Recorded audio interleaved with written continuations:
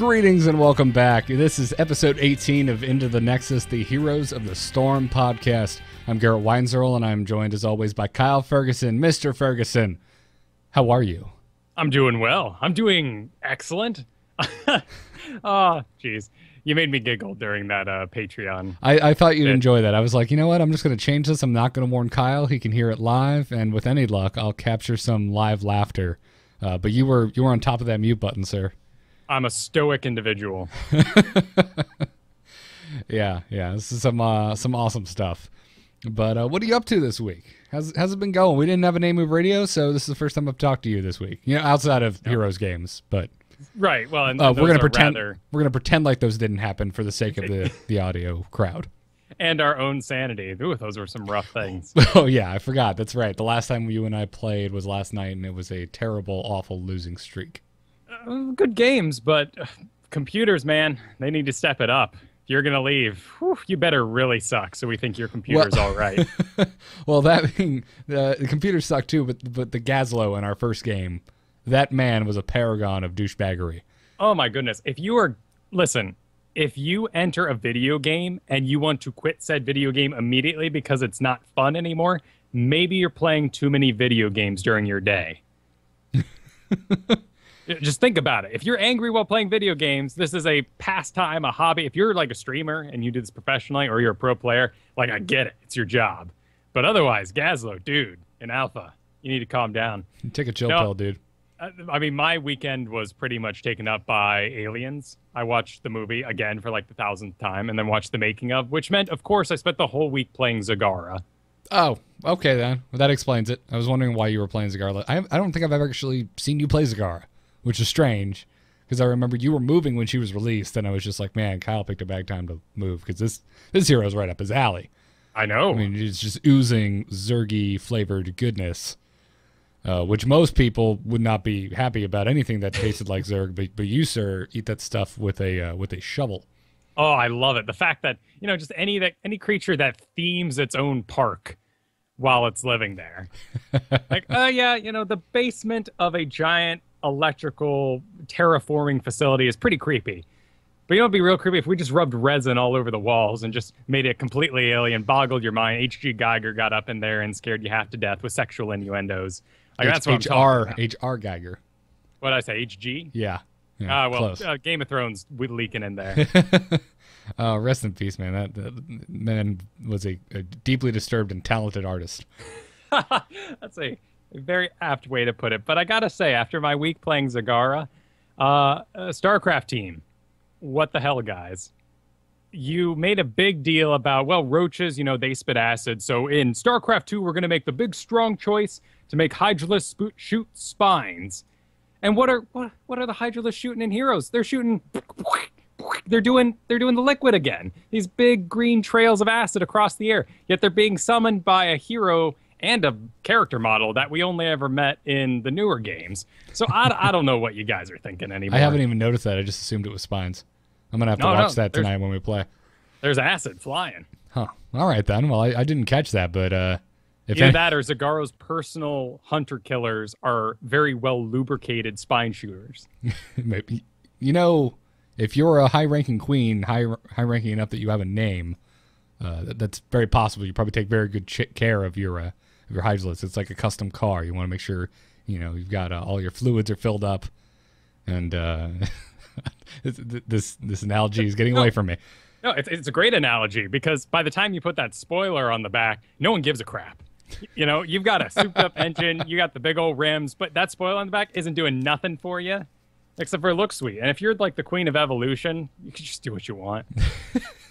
That big old headpiece on that little thin body and the big old, like the long neck, like that's not helping anybody.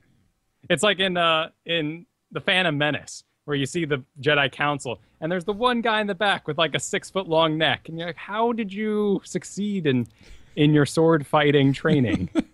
Because it's clearly incredibly force sensitive, which you would have to be so you don't accidentally cut off your own head.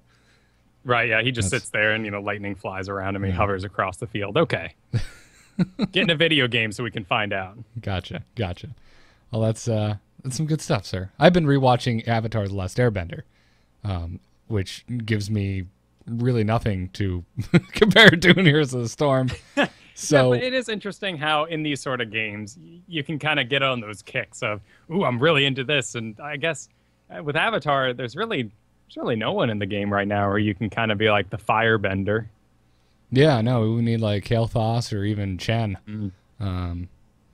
Yeah, I guess, you've got like some lightning stuff going on with Rhaegar, but that would be a high class firebender, and we don't need to get that deep down the rabbit hole. So anyways, before we get into the news this week, I wanted to announce the winner of our Zeratul giveaway. This is the San Diego Comic-Con exclusive Cloak to Zeratul figure that you can only get from the Blizzard booth at San Diego Comic-Con. And we have a winner. Many of you entered via Twitter by tweeting at us hashtag #GetDetection, and I'm proud to say that the winner is at Big Stemp. So congratulations, dude. He's got like a little chibi Arthas as his avatar on Twitter. Oh, perfect. Yeah, gang's all here then. And he's been he's a fan of all the shows. I see tweets from this guy all the time, so I'm really glad he won. So congrats to you at Big Stemp. Expect a DM from us at some point for your address, so we can get this to you. And again, big thanks to listener Jake M, who donated this Zeratul from San Diego Comic-Con. We really appreciate it, dude. And hope you enjoy your new figure, dude. And that it doesn't get into your base and kill all of your workers before you notice. Oh, thank goodness when he attacks, he breaks stealth now. What a kind thing for them to do for us. Indeed. Nova never runs out of energy. Everyone's having a good time. All right, let's get into this week's news. We're on, boys! Ha-ha! Let's liven up this place! Can stitches play now? Yeah, I love it when... Oh, oh, cigar fell in the... Oh, wait! Of the variants you made, that is my favorite. I'm glad you're just cycling through them. Damn right, I've got them labeled in here. News 1, News 2, News 3, and I'm just going to jump around. I like it. The I'm news is feeling different that each week, after all. Crap, that means we just need to keep making new ones. Wait, no. Wait. Anyways, last week we talked about... this is one of the designers for... Sorry, I almost said Team 5. That's Hearthstone. For the Heroes of the Storm team, Cal Milker. He's back with more interviews from Gamescom, this time done by Icy Veins. It's got to be KO Milker, because Cal Milker is just... Yeah, you're right. You're right. It's too perfect. KO, I'm just gonna say Milker, as I did last week. Yeah, you're right. I didn't even think about that when I said it. But yeah, icy-veins.com. I go here actually for a lot of my raid guides in World of Warcraft. Yeah, what happened? Because why is it called Icy Veins? Did it start as a Death Knight only place? I don't write or work on that site, so I don't know. I guess it was probably a guild name. It's possible. Yeah, it's where you go for rotations. Yeah, I go, well, I get my rotations from Elitist Jerks, but I go to Icy Veins for my LFR cheat sheets because I'm way too lazy to actually properly learn these things. But they got to sit down with Milker and talk about the future of Heroes of the Storm, and we got some highlights here. When they were talking about how much longer the tech alpha was going to be going, Milker said that the technical alpha was really about us setting up our server infrastructure and payment systems, because these are things that we have never done before at this scale. It is really about making sure that the game is prepared to support a lot of people, because this is a free-to-play game, and ultimately our hope is that tons of people are going to come in and try it. He also said that they're still setting up core gameplay and that there are mechanics that they're still working on and are obviously missing, like ranked play, and he said especially social features, clans, groups, etc., which I'm glad to hear that those are all things that they want to have in place before this game is live, because I'm sure you remember, Kyle, all of the shit being missing when we got into StarCraft 2, and right, and it was very weird, noticeable. But forgivable because it's a one-on-one game. Here, you kind of want those, the clan rankings and all sorts of cool things like that in the background. Right. I mean, I remember going into StarCraft 2 and like you said, kind of being like, well, I don't think we really need it. At the time, we were doing StarCast and we had a crap ton of people on a forum and we would have loved it. But overall, I think the game didn't really need it. None of that's in there. It's nice. Because I was comparing it to WoW, which is like, well, I need this in WoW because I need to get 25 of my buddies together to go kick Lich King's trash. I don't need it in StarCraft. But then Diablo came out, which at most you're playing with 4 other dudes. A lot of times you can just be playing by yourself. It has a phenomenal clan system. Yeah. It's great. I love it. And I If nothing definitely else, want something like this in Heroes. Encourages a community. And Right. encourages those conversations of, what, you just got the thing in the dark of the woods that shouldn't exist offhand? Like, that's great. Let's talk about it.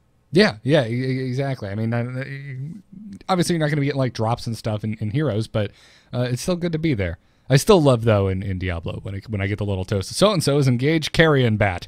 And you're like, wait, hold up, no! It was a really badass bat! You don't understand.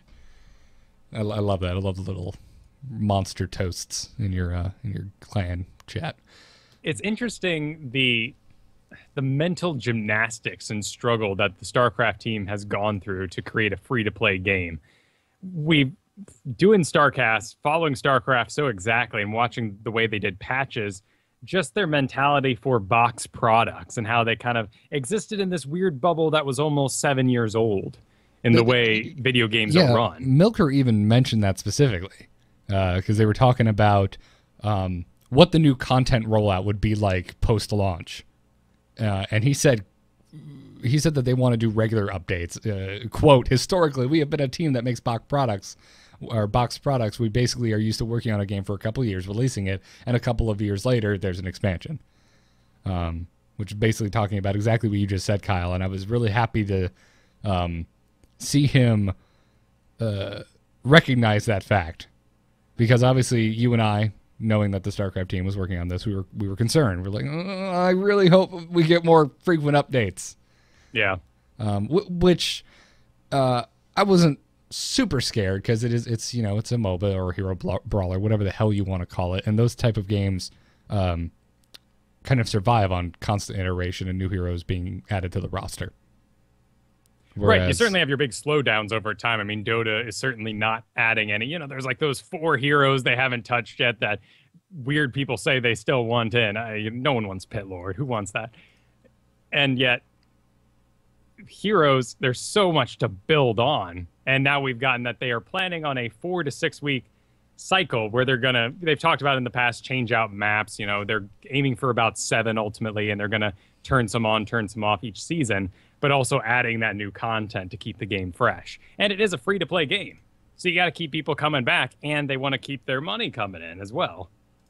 Yeah, absolutely. When asked about new heroes, they said that the 3 new heroes that were shown at Gamescom are going to be added to the alpha in 2 upcoming patches. So that's Chen, Anubarak, and Asmodan, which of course makes me say, God damn it, where the frick is Sylvanas? I want to play Sylvanas and I want to play Kael'thas. I'm impatient, Kyle. I'm impatient. I think that's perfectly understandable. I mean, we've been sitting on, since Wrath of the Lich King, we've all been sitting on Sylvanas going, yeah, badass. When's your next move, Sylvanas? She's like, I'm working on it, you guys. Come on, bring it. Yeah, it's just because those were the 2 that were, they showed the character models quite a while ago now for Kael'thas and Sylvanas. We're just like, oh, come on, it's there, let's go. But whatever. That's cool that we're getting 3 new heroes across the next 2 patches. And Milker said that they've been patching every 4 to 6 weeks, and that they really like that release schedule, and that they're hoping to keep to that type of iteration schedule once the game is live. So I'm really happy if they stick to that. I'm stoked. Getting a new hero or a new battleground every month or month and a half. That's wonderful. Not only that, but what we're seeing with Diablo and them just making up a monthly schedule, completely arbitrary, but they say, hey, you get transmogs if you participate. Yes. Yeah, the seasons thing, which I haven't tried yet, but I'm kind of anxious to get in there and give that a try. As far as progressing through the tech alpha, they said that the next phase, before they, so that they can start the proper beta, is to move Heroes of the Storm from the PTR hardware, which is where it currently is, and that's why if you are in the tech alpha, your friends list is not, you don't see any of your friends that were already on your friends list. You can't see your buddies playing WoW, Hearthstone, etc. And they can't see you playing Heroes. It's because you're just on the separate PTR server that isn't actually connected to the proper BattleNet. So they're going to be moving Heroes from the PTR hardware to what they call production hardware, which means when they flip the switch and this is beta, we're going to be able, people will be able to see us playing Heroes, we'll be able to see our buddies playing the other Blizzard games. It's interesting. This past week they announced that StarCraft PTR is going to be part of the main accounts now, so you can talk with your friends while you're in there, as well as testing it and getting certain levels in there. You're going to unlock like bonuses on Twitch and all sorts of stuff. Yeah, it's weird. They're kind of incentivizing people to test out StarCraft, which I think is great. I mean, yeah, bring it. Any way to get more people testing the changes so you can get a better sample size is a good thing. Well, and getting people outside the pro players, the normal Joe Schmoes to get themselves in there. And you see your friends in there, you want to get in there. And that's one of the problems with Heroes right now is there might be, 3 people on your friends list that want to join you. And they're left in the dark. Yeah, I hate that I have to log in Heroes just to see if my friends are there. Which is, boo-hoo, listen to me, Mr. I'm in the alpha early. It was interesting earlier this week anyway, because the PTRs clearly did not have the level of defense from the DDoS attacks that some of the other systems had. No, but I mean, honestly, a lot of the games were screwed up this past weekend, regardless. I know WoW was down for a while, and StarCraft was a mess. Yeah, and, WoW has that, it's not exactly beautiful, when characters just appear next to you, but it kind of seems like the game's still running. I was in there, though, in Heroes when one of the DDoS attacks started, and man, well, thank goodness I was Tyrael, basically. The computer took hand of me for half the time, and I always stayed alive. It was great. Apparently, I was killing it, but I had to leave that game because that was rough. That's unfortunate. Yeah, I was out all day Saturday, which is when it was the worst, apparently, so I never really experienced it. Speaking of levers, they were talking about, again, the problem with levers in the game, and also in conjunction with that, the poor quality of the AI. Putting it lightly. Yeah, mentioning they even asked, and this I thought was an interesting question. They asked if there was a chance of being able to have someone join a game in progress after somebody left. And Milker said that right now it is not something that they have lined up, but it is definitely something that they are talking about. And I want to know what you think about this, Kyle, because I personally have no interest in being brought into the middle of a game of Heroes. You know what it makes me think of? When you're at Disney World and they have the single rider line. It's like, you can sit in line with anyone else, or if you're feeling crazy, you can jump right into a game and you don't know what's going on. I feel like that's a bad analogy because, Kyle, if you go into the single riders line on Splash Mountain, you don't miss half the friggin' ride. It'd be like, all right, start running and then jump because it's already in motion. Like, I don't know, because in World of Warcraft, you can get into a raid in LFR, and 3 of the 4 bosses can already be dead, and you're like, well, son of a... it doesn't tell you this before you get in. So I hate that. I can't stand that feeling. Yeah, particularly if you have a quest or something. Right, exactly. It's just like, well, damn it, my trinket's on the second boss. He's already dead. I've killed this last boss a billion times. I don't need it. I need that sweet bag of random loot I get at the end. No, I call it the bag of shit. It's decent for leveling. Oh, no, I'm thinking specifically in LFR, you get a bag if you don't get a piece of loot. Anyway, doesn't matter. Not my point. My point is I don't like getting thrown in the middle of anything that's halfway completed. Right. It's an interesting idea. Yeah, I don't like it when it happens in shooters I play. It happens from time to time in Titanfall. And there's no worse feeling than getting in. It's like, oh, wow, I got on the team that everyone left because they're losing horribly. That may be bad, but it really has nothing on, like, when you're playing TF2, and all of a sudden it's like, team's reorganizing, and you get thrown on the losing team. Like, but we were kicking ass, man. I was all about this game. Yeah, but that at least happens at the end of the game. It doesn't happen in the middle of it. Yeah, true. So, anyways. You missed the story. I play, I forgot the name of the game. Killer Instincts, Primal Instincts, Natural Evolution, something like that. Anyway, moving on. I don't know what you're talking about. On the subject of AI, they said that, right now you can try and guide the AI by pinging objectives. And apparently, if you ping on the AI, it will make it follow you and it'll do what you do. I did not know this. I'm gonna try this. No. So He's got to be talking in the future. He says right now. I was pinging on that Tyrael all last night, man. So you're saying Milker is lying? They also said there's a radio menu in there right now, but they turned it off. I used to be able to Tassadar shield the core. We didn't get a patch about that, but it no longer works. It's alpha. I expect things to turn off and on randomly. Yeah. They also said that at the moment, the difficulty levels of the AI are intentionally tuned way down.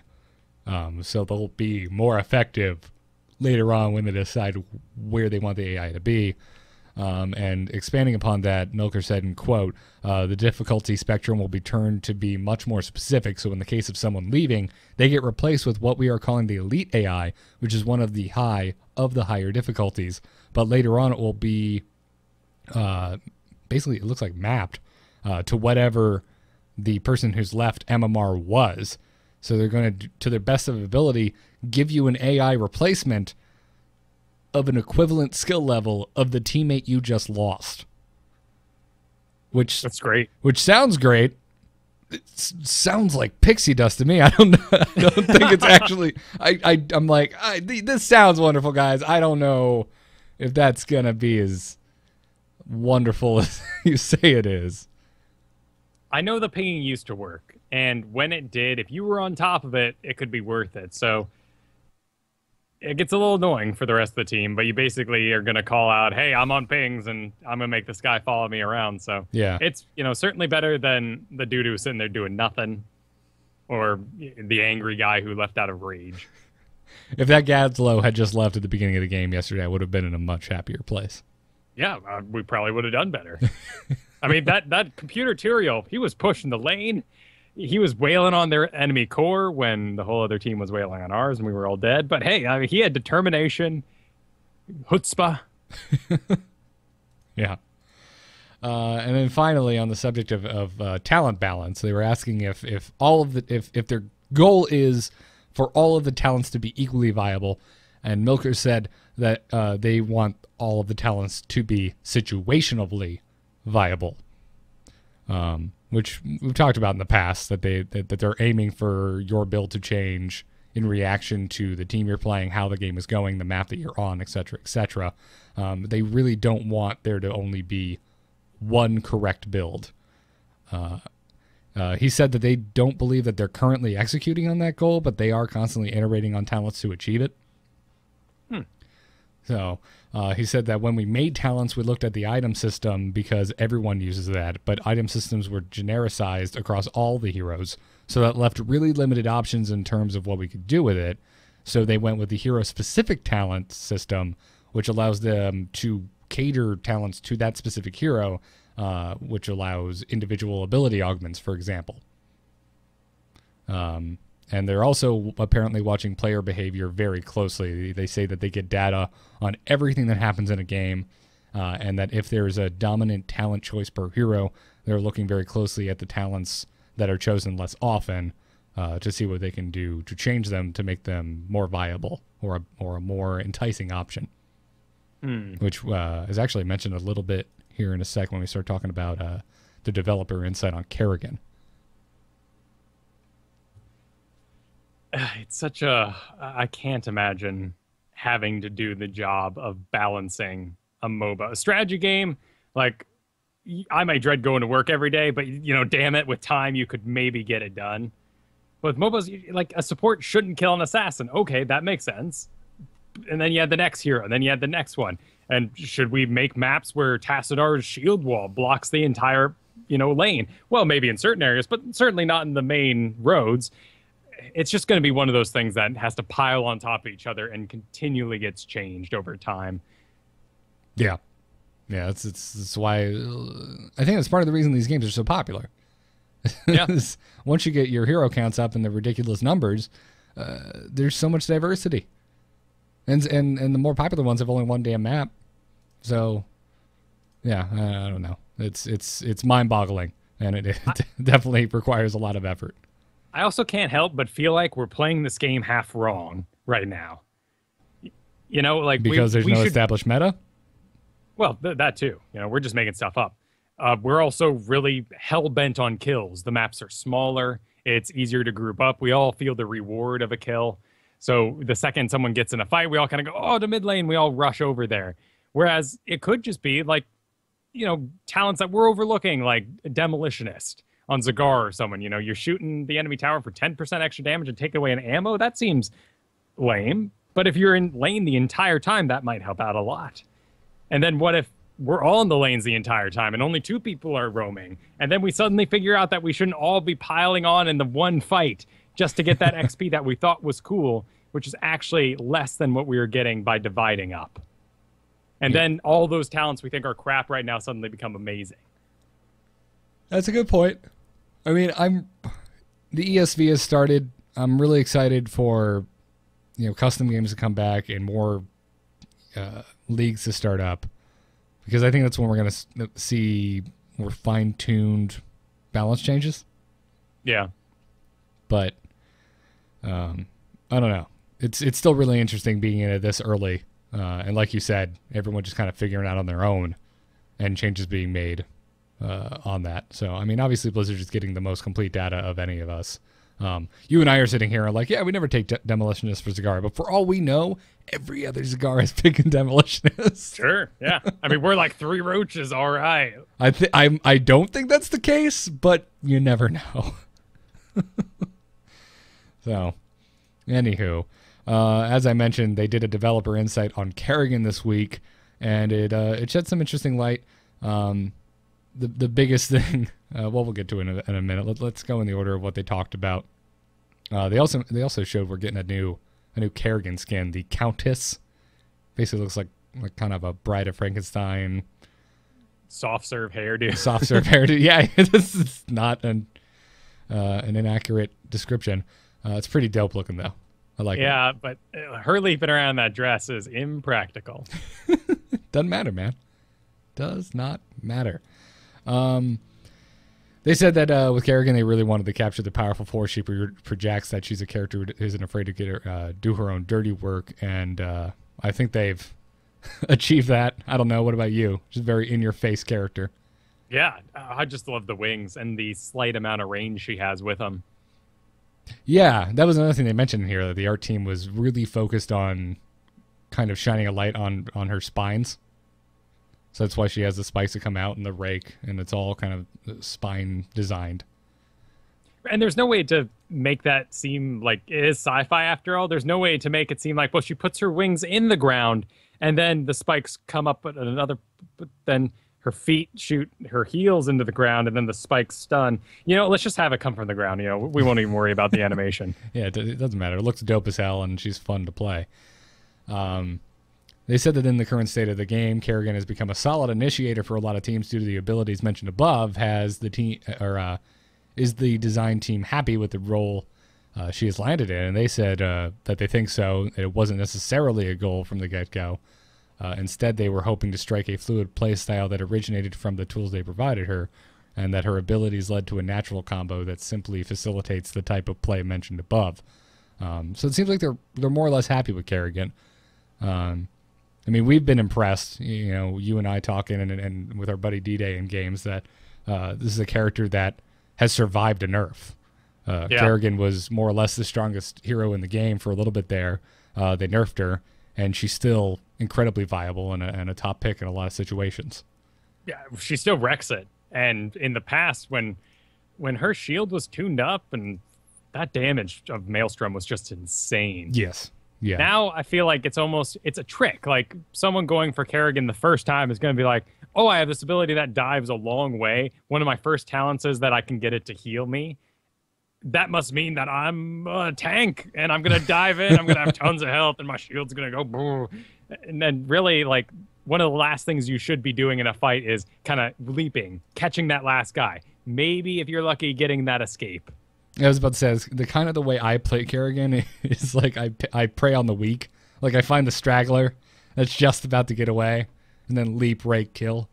The cooldown on it's so long that it seems like that's the correct choice. And maybe that's not what they intended, but, you know, she's quite squishy these days. Yeah. they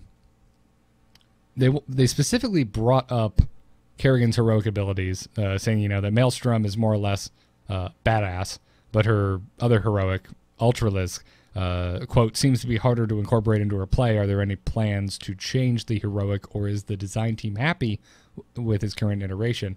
And they said, well, not they. It was game designer Kent Eric Hagman said, making 2 heroics available to a hero allows us to offer various playstyles. Blah, blah, blah, blah. That said, we definitely agree there's more we can do with Ultralisk. Unfortunately, we'll have to stay tuned for that as we're still working out what exactly that will be.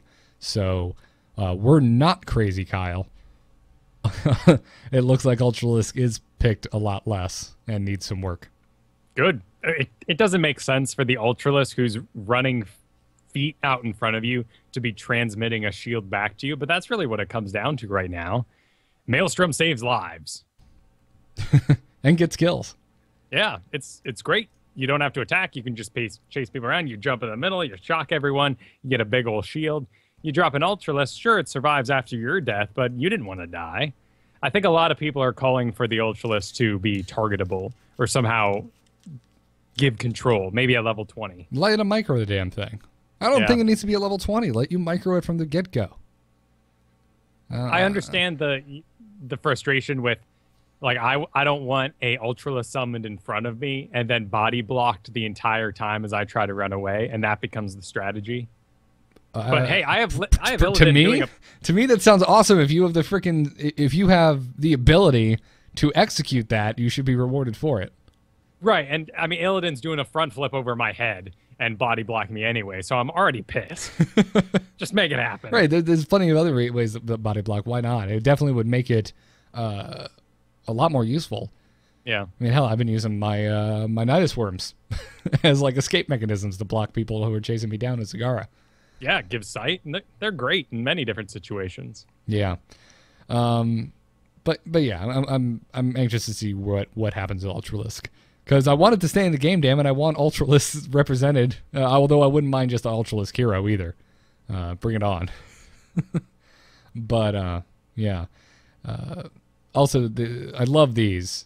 Hagman shared one of the stories from Hero of the Storms that said infancy. As far as Kerrigan was concerned, a fun way that she used to be built. He said that in the past she was a ranged caster and she used heavy hitting abilities like Chain Lightning and Psy Shift. And he said that no matter what form she has taken, though, she's been one of the scariest heroes in the game. He said, however, during our playtests in the days of yore, oh, I love how he speaks, there were a fair number of games in which assimilation was overtuned, making her pretty much invincible, which led to 1v5 situations that were punctuated by loud groans. Oh, that's great. Yeah. I love hearing about old development versions of characters or the ways games played. And, I'm happy she didn't end up with, what was it? It was Parasite, or she just had sight of a unit.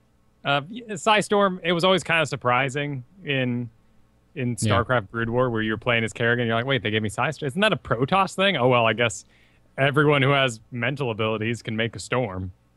Well, don't they specifically call it psionic? Like what she has? Oh, I guess you're right, but it looks the exact same. I don't think they even changed the color in the old game. Yeah. Well, I think it's supposed to be the same basic idea. Yeah. No, because that's what's like going on with ghosts, and then the what the hell are the crazy ghosts? Specters. They're all those the psionic sensitive. I don't even know. What would you call that? I think that's what you call it. All right, that's what I'm calling it then. They did the whole Jedi thing and grabbed kids at a young age and hauled them off to military boot camp. Jedi makes it seem a little more friendly though, because it's like, oh well, they're kind of like monks, so they're not going to like put their lives in danger. It makes me think more of like the Spartan lore from Halo. Yeah. When you have a sword, you can think that way. When you're sporting a sniper rifle, you're killing people. Yeah. Good point. So I'm a little sad she's not ranged and more Psy-y, but it works well with the most recent iteration of Kerrigan we saw in Heart of the Swarm, where she's stabbing people, and a lot of them. Yeah. Oh man, that final cinematic in Heart of the Swarm. Oh yeah. She's just tearing through that hallway.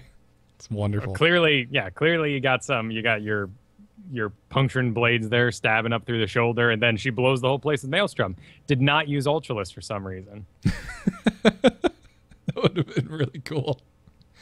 Although she already surfed on a Nidus Worm, so I feel like she had her badass giant Zerg moments quota filled. Dude, cutscene powers are the best powers, and one day video game technology will be high enough that we can finally have those things exist in reality.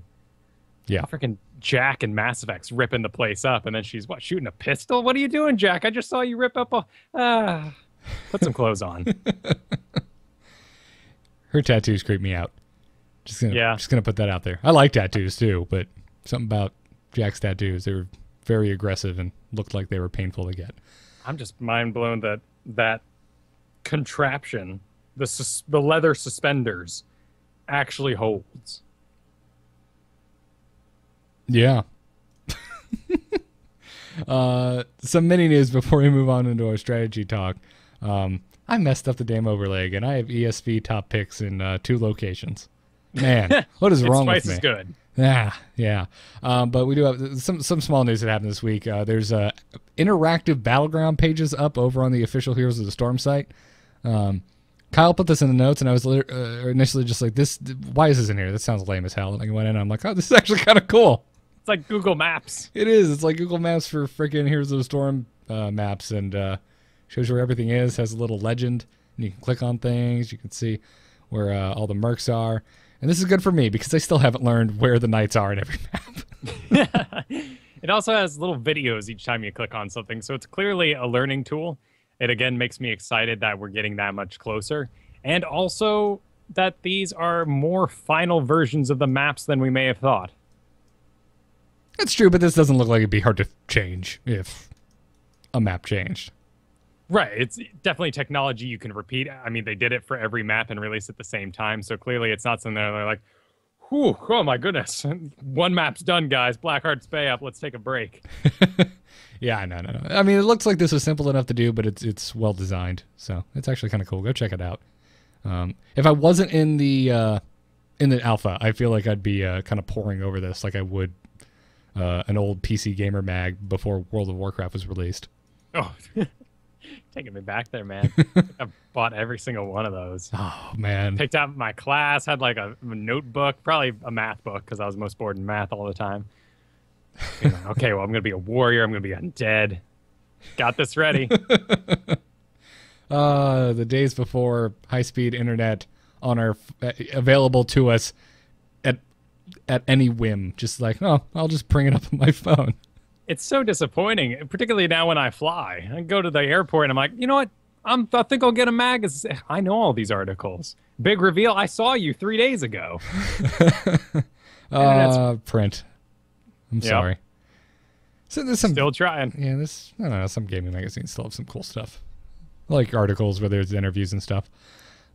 Anyways, there's also some gold returned after an issue. Spirion posted on the official Heroes forums that they've released a hot fix, which returned missing gold to players who made a gold transaction in the shop but did not receive the item purchased. And said that they're investigating a permanent solution, but they haven't seen any additional reports of failed purchases. So, I didn't experience this, did you? No, in fact, our most recent gold transactions have been gold returned to us for the artifacts we spent them on. Yeah, and I didn't even buy that many artifacts. I'm sitting on so much gold now because they gave us all that gold for artifacts, and then artifacts went away. So I've been buying heroes left and right, and I've had no issue. But yeah, I'm down to like 17,000, but I'm certainly not because of that huge amount of gold we got during the last patch. I haven't had to be aware of my dailies yet. Gotcha. Yeah, I haven't paid attention. I mean, I've been okay on gold even before they sent me the 100,000 for artifacts. So I've really had I haven't been paying attention to dailies at all. Right. Well, and I'm sitting on what, like 17,000 right now, and I'm waiting on Asmodan. That guy looks sick. Yeah, all 3 of them. I'm just gonna buy them when they come out. Also, if you're going to PAX East this weekend, make sure to go check out booth number 352. because that's the Blizzard booth, and you'll be able to play Chen, Anubarak, and Asmodan, as well as, I'm sure, all of the heroes currently in Heroes of the Storm. But the 3 new heroes will be playable there in a new heroes build. So go enjoy that. I think they're Their also activity is blowing my mind. Yeah, I think they're also giving away Warlords of Draenor beta keys. Well, all the games are going to be there too. It's just the step up that Blizzard did over the last 2 years of public appearances has been shocking. They're being a lot more open. Hearthstone it's still blowing my mind how open and how, I don't know what the word I'm looking for is. Liberal with information. Yeah, like they're actually talking to the community on a fairly regular basis and making appearances on shows and whatnot. Whereas like StarCraft was pretty closed off, and old school World of Warcraft days, it was just like Rob Pardo, do not look him in the eyes. Like, I don't know. He's a very nice guy. I bumped into him at BlizzCon, but I would just mean like there was like this mystical thing like you very rarely heard from the WoW team. But yeah, I just think they didn't want to be told to do the Emerald Dream again. I don't blame them. I'm not sure that would be a cool expansion. Everything's green and glowy. How many swaths of green do we have? So yeah, no, I'm happy with the direction most of these games are taking. Before we move into the strategy, I just did want to make a quick mention about our Patreon over at patreon.com/ITN, because if you listen to last week's show, you know that we launched it. And today you may have noticed that our usual sponsor ads at the top of the show are missing. And that's because we have already hit our first milestone. And we're now supported directly by you guys, our patrons. So thank you guys so freaking much. And also big thanks to our first producer level patron, Declan H. So thanks to him and all of our patrons for helping us reach our first goal. What is our next goal? I don't even remember. I believe it's... yes. At 500 per month, we'll be doing an after show game every week as opposed to one a month. So, right, we're getting up there. So, it's really exciting. You guys gave us a great first week. It's cool to be able to give more time to this kind of show with your support, and make it a higher level of commitment for us. Yeah. I mean, it's really different for you and I. I mean, you and I have been doing this for 4 years now. We did almost 200 episodes of StarCast. Patreon didn't exist, so we were just trying to do it through sponsor codes and whatnot. And Patreon, man, it's great. I love it. It's very non-invasive. It's opt-in. It's a new way. You don't have to get the codes. You don't have to be communicating with those people. We now work for you guys, which is awesome. And hey, apparently we messed up because we've been streaming live since the show went on, and most Patreons have a we'll stream it live goal. So we ruined it, Garrett. I saw that too. When we were coming up with goals, I'm like, oh, let me see what other podcasts are doing. And like 7 out of 10, it was just like, we'll start doing this live. I'm like, huh. Oh well. We'll upgrade our equipment. Well, we're already really professional, and we got mixers and big old vacuum mics. And hey, well, crap. We're not that. We have professional equipment. We're not professional. No, well, of course I'm not trying to throw that out. This is like the Yoda. The war is not make one great. That's what's going on here. But anyway, yeah, seriously, just thank you guys so much for a killer first week of a Patreon. So thank you guys very much. Choose a talent. Choose a talent. Talent? That seems generous. I have a PhD in PvP. So the ESV Championship Series has started up. We talked about this last week. This is the first competitive league for Heroes of the Storm.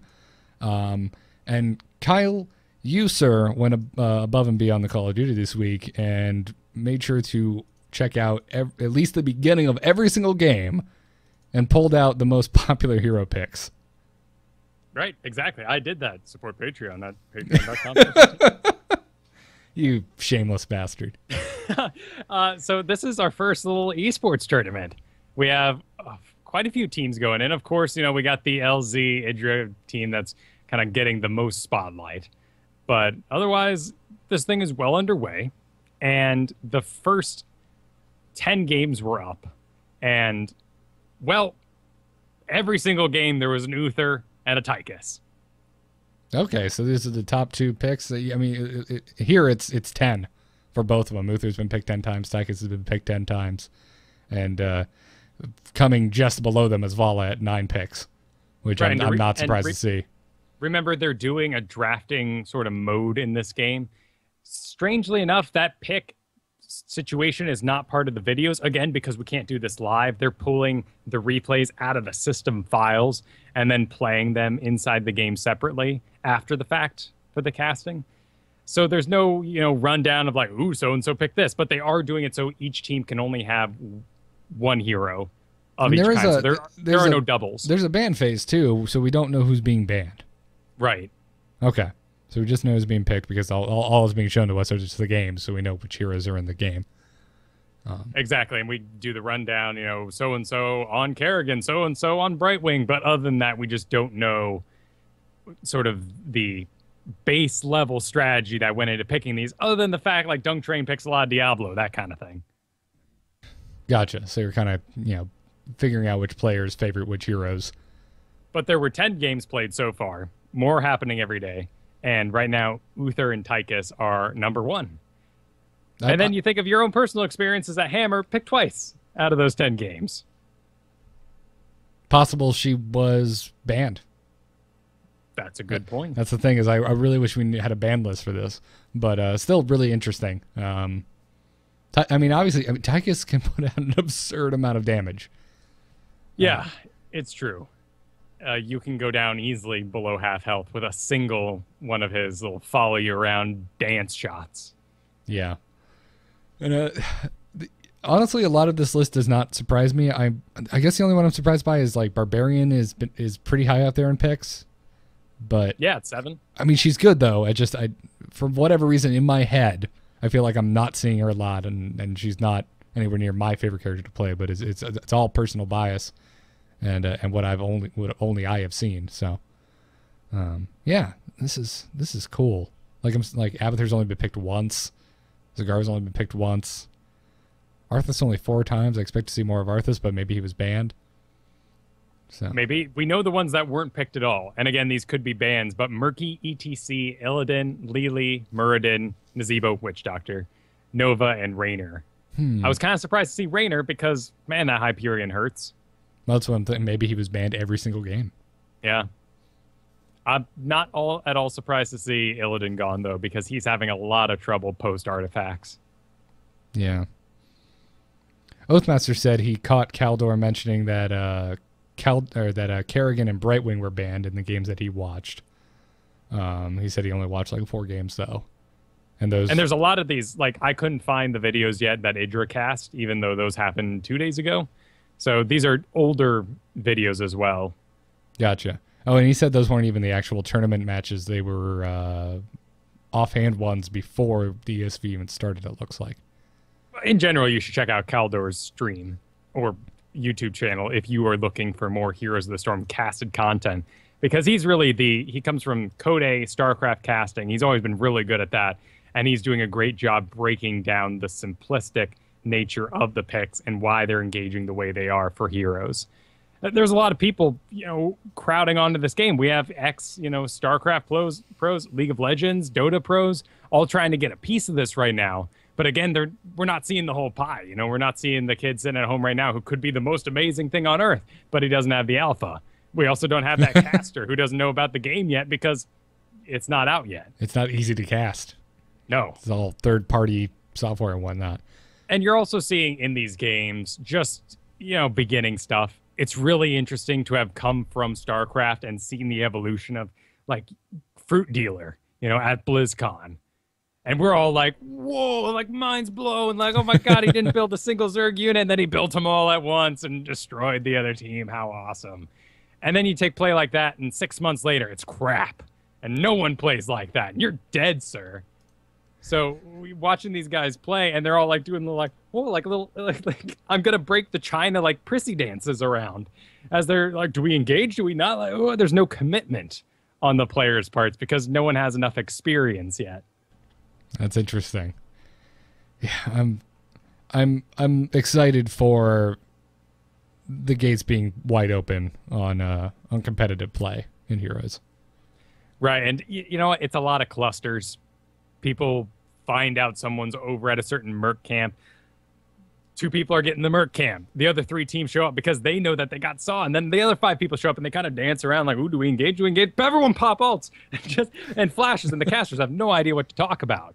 And this is the kind of thing that makes me think, well, wait a minute. These kills that they're getting aren't worth that much XP. In fact, you kill 4, creeps in lane, you got yourself a kill.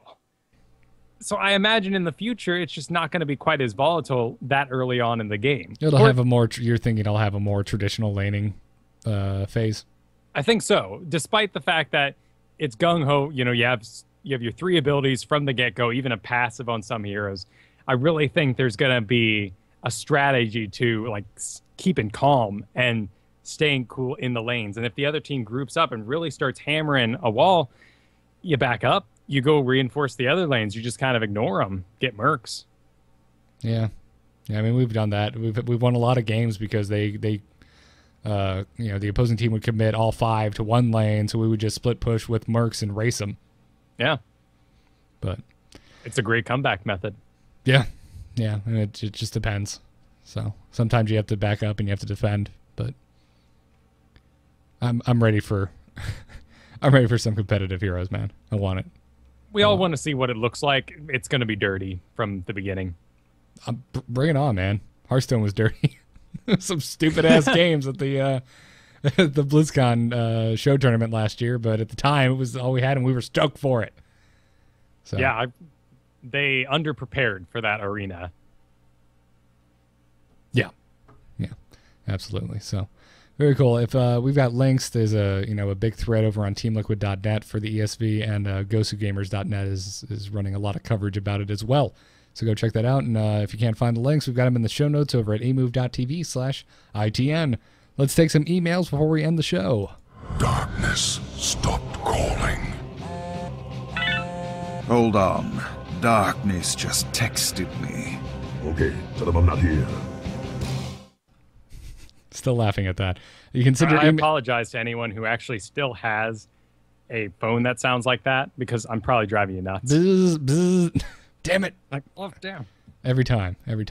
I used to be listening to Film Sack while I was riding the train, and they do the the alerts, the trope alerts. Trope alert. And every time I'd be like, whoop, whoop, whoop, and oh god, train's falling off the Capone tracks. Nice. You can send your emails to itncast@gmail.com. Our first email today comes to us from Syath, who writes, "You guys were talking about how they could add how could they add the Butcher into heroes since he seems so much like Stitches, the fat guy with the hooks. We're aware of who Stitches is, Syath. Thank you." He says in LOL, there are 4 members of Hook City. I love this. Number 1, hook that grabs the first enemy that it hits, minion or champion, and pulls them to you, passes through terrain. Hook number 2, that does damage to all enemy champions it passes through and pulls you to the last enemy it hits, a tanky champion that disrupts the back line, passes through terrain as well. Number 3, a hook that stuns the first enemy it hits, minion or champion, for 2 seconds, hitting the hook button again in that 2 seconds, pulls you to that champion, also passes through terrain. And then 4, a hook that hits, pulls you and the enemy champion toward each other. It misses minions and you meet halfway. If it hits terrain, it pulls you to the terrain and has half the cooldown. He says this is all subtle differences, but encourage hugely different play styles.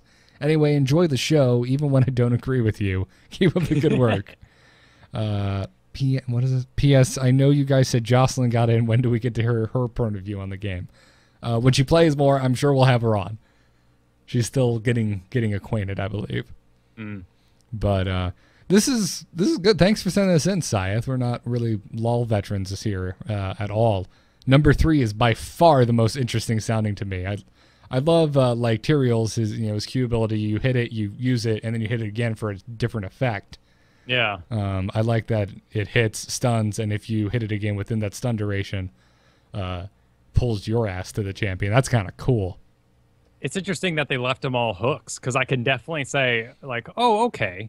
So, the one that pulls you to the enemy, number 2, That's like a Barbarian. Yeah. Barbarian has that. It's Exactly. Yeah, it's the ancient spear thing. And with the the one that you meet halfway, you're talking Chaos Knight from Dota. These are all, but he doesn't use hooks. Instead, he uses like chaos magic or something. So Yeah. it's interesting how we can have sort of the same effects, and then the graphics make it more similar on top of that. He's right though. There's plenty of ways to do this. Yeah, that's a good point. So. In fact, you can augment the Stitch ability in quite a few ways to even grab two people at once if you manage to hit them like that, or the length of it and all these other sorts of things. Man, that's going to be hard, because in Dota, League of Legends, you're only having to come up with one ability each, and then you got to work it into the existing pool of items or whatnot. But in this one, I mean, you're augmenting the look and how the ability acts. What a lot of work. I think it's good, and I think it gives you more freedom. Oh yeah, well, and just the visual aesthetic of being who you want. It's the amazing thing about Diablo. It makes all the other games you play like, what is this one trick pony? I'm doing ice damage, but it still looks like a fireball. This is crap.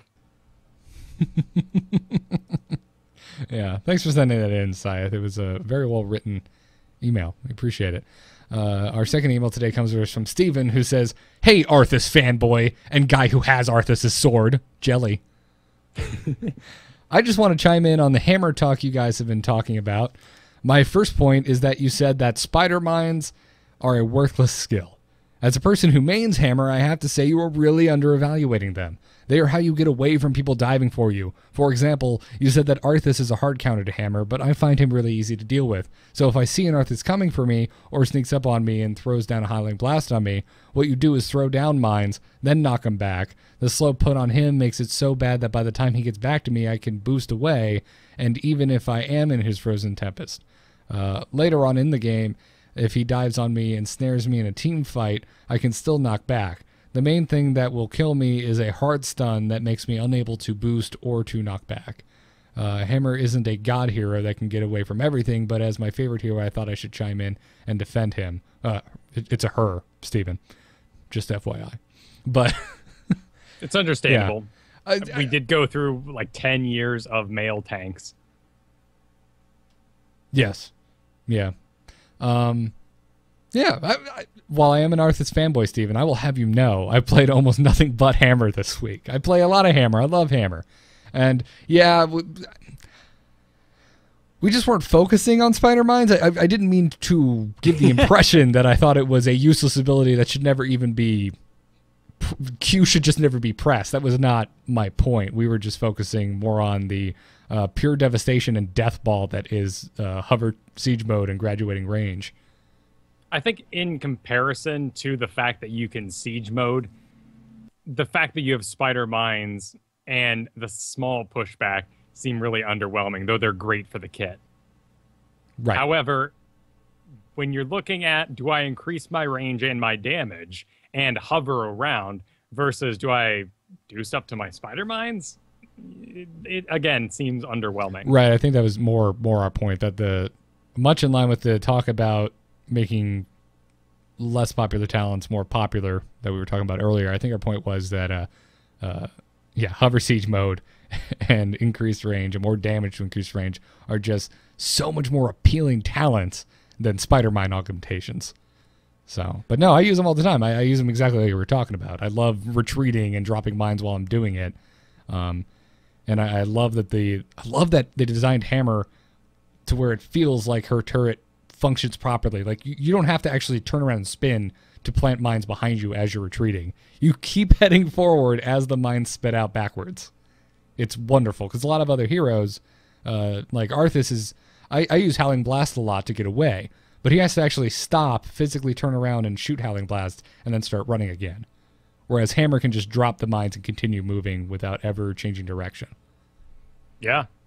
In fact, I would say, my hard counter to Hammer, if I got to pick, would be Nazebo, because you catch her and the zombie's unaware and she's wasting the boost.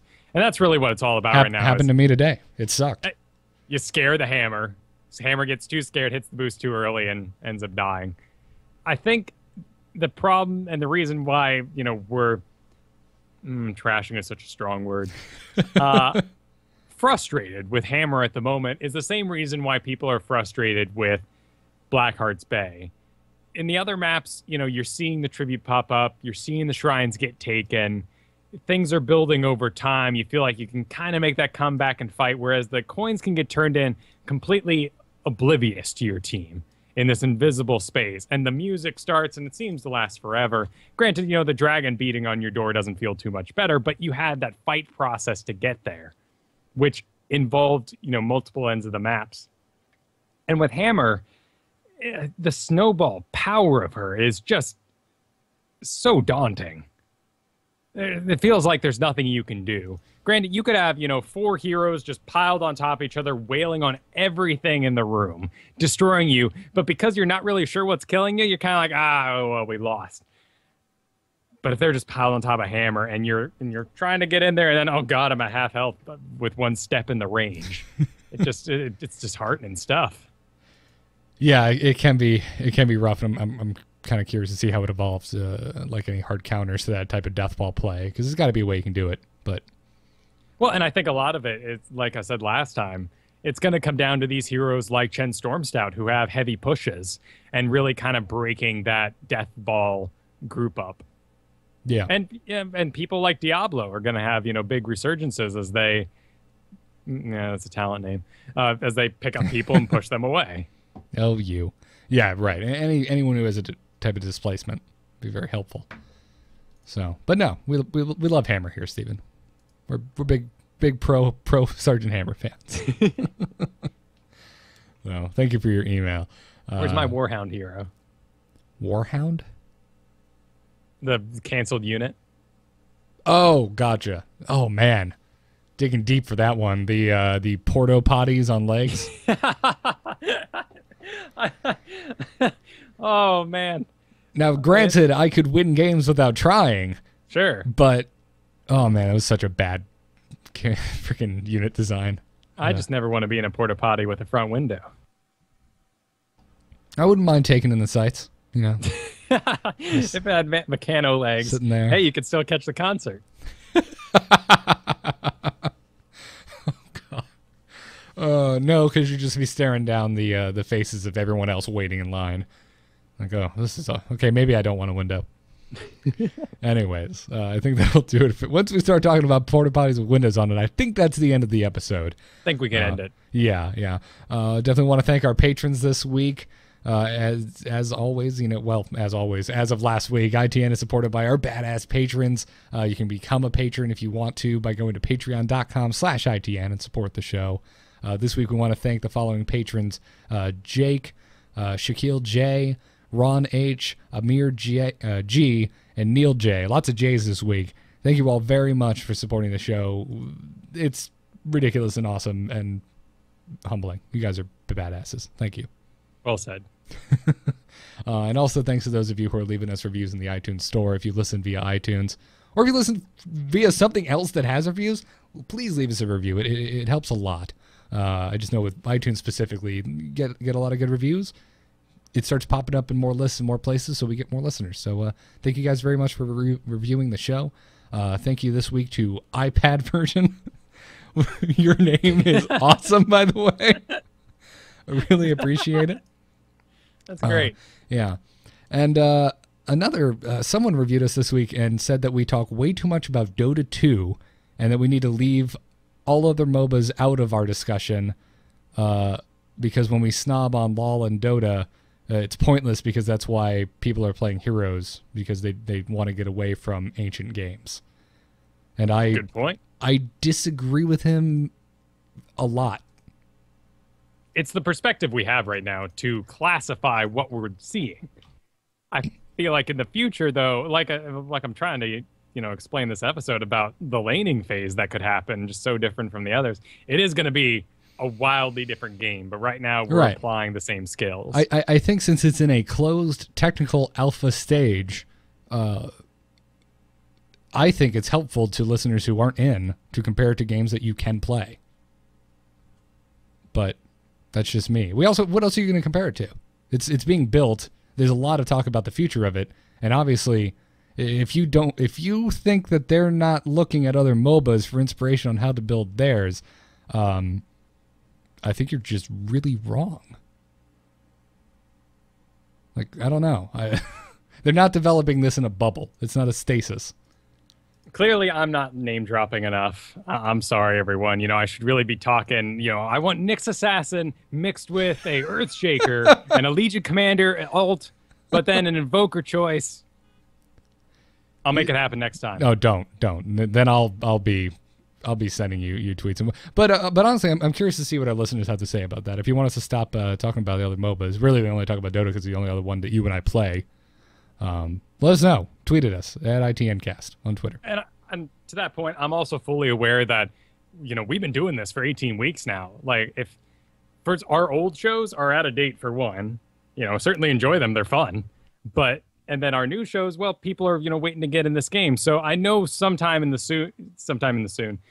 future, we're definitely going to have another sort of breakdown the simplistics of the maps and what the game is like to kind of get back to basics. Yeah. Esconde in the chat room says that he thinks comparison is healthy in moderation. That's a good point. I mean, I don't think we sit here and just talk about nothing but Dota for the whole time. I mean, obviously it comes up. Hell, we had a listener come right in today with nothing but LOL, with a LOL comparison, and I think it was a really interesting discussion. Yeah. I, for one, want number 3 hook really bad. That sounds fun as hell. Finally, our casting career can take off thanks to that email. Yes, of course, the number 3 hook coming down after the number 2 and all these classifications. We're going to make this game over complex, guys. Yeah, and to JC Powell in the chat room, yes, this is a Doctor Who shirt. It's a sonic screwdriver. It's wonderful. Have you bought the prop yet? Huh? Have you bought a prop yet? I have the sonic screwdriver remote control that was casted from David Tennant's only surviving 10th Doctor screwdriver. Yeah. I'm glad it makes a noise. Oh yeah. Why is it only surviving? It's the only all of them broke or are lost to time. Apparently, David Tennant got to keep one of his sonic screwdrivers, and it's the only one left of that era. So the wand company got to borrow it and made a cast of it for this ridiculous freaking sonic screwdriver remote. I'm a big Doctor Who fan, guys. Just putting it out there. Putting it back. All right. That had nothing to do with Heroes. Next week, people telling us to stop talking about Doctor Who, damn it. That's what we're going to get. That's what we're really just trying to misdirect the conversations here. Yep. As always, Into the Nexus is produced by amove.tv, and now Declan H., one of our producers, thank you very much. You can see more about this and all of the other amove shows at amove.tv. Email us at itncast@gmail.com. Come join us live every Thursday night at 8 p.m. Eastern Time on twitch.tv/amovetv or on the mobile stream over at alphageekradio.com. Our Twitter is at ITNcast. Let us know what you think. You want to hear us talk, do you not mind the comparisons of the games? You want us to shut the hell up? Let us know at ITNcast. Shout at us. I read Twitter like a heroin addict. I will probably respond to you. I might even respond twice as I go, I tweet on my phone. What's this on my computer? Look. Same tweet. I have access we both have access to the same account. Garrett replied to it saying the exact same thing I just said, and I didn't notice. Damn. There was one time where someone was like, hey, can you retweet this, guys? And I'm like, I can't retweet because you had already done it. It's like, no, it's fine. You guys took care of it. And then you popped in and was like, what's going on? I should stop letting everyone have access to Twitter accounts. Anyways, yeah, check us out on Twitter. Big thanks to Brian Griffith, the musician who makes our intro music. You can find his work over at briangriffithmusic.com. Personal stuff, you can find me on Twitter at Garrett Art. That's my personal account. You can check out my graphic design work over at nomoonart.com. Lately, I've been doing a lot of freelance work for tabletop games, and the first one that I am openly allowed to say I worked on, Lost Legacy, for Alterac Entertainment, is out. I'm published. Woo! Go get it. Go check it out. It's a little card game, not a lot of money, a lot of fun, though, and the graphic design is really top-notch. I'm just going to put that out there. And, yeah, there's that. Want to hear me talking about more card games? Listen to The Angry Chicken, where I talk a lot about Hearthstone. Kyle, where can people find you? You can find me over at kyleferguson.com, as well as amove.tv, where I do Amove Radio. And I guess I just asked you here, are we doing a show on Monday? On this Monday? Yeah. That's a really good question. It's a holiday. I have no idea. Possibly not. Okay. Well, when it's happening, you should check out A Move Radio. Indeed. amove.tv. Check it out. And you're on Twitter at Kyle Ferguson, correct?